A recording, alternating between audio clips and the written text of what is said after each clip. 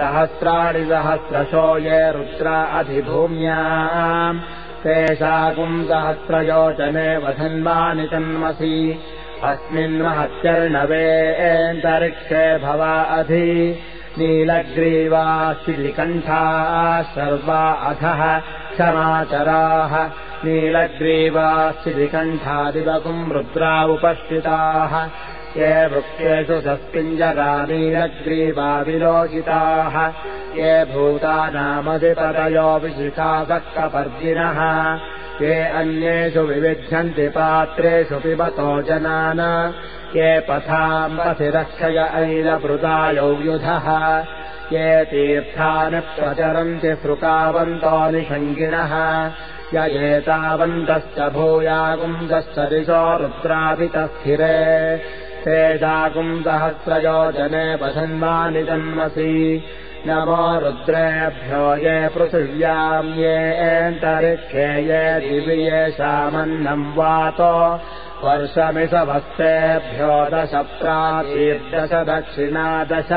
प्रतीचीर्दशोदीचीर्दशोर्ध्वास्तेभ्यो नमस्ते नो मृडयन्तु तेयम् विष्मो यस्य नो द्वे स्थितम् भोजम्भे दधामि त्र्यम्बकम् यजामहे सुगन्धिम् पुष्टिवर्धनम्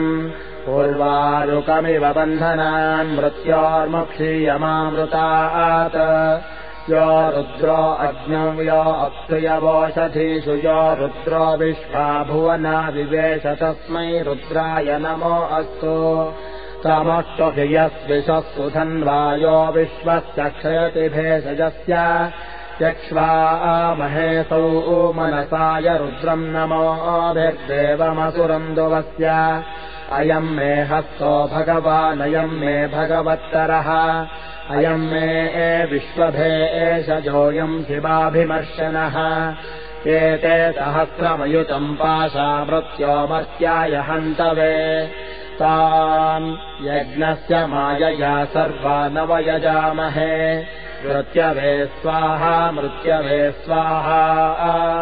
ॐ नमो भगवते रुद्राय विष्णवे मृत्युर्मे पाहि प्राणानाम् ग्रन्थिरधिरुद्रो मा विशान्तकः तेनान्येनाप्यायस्व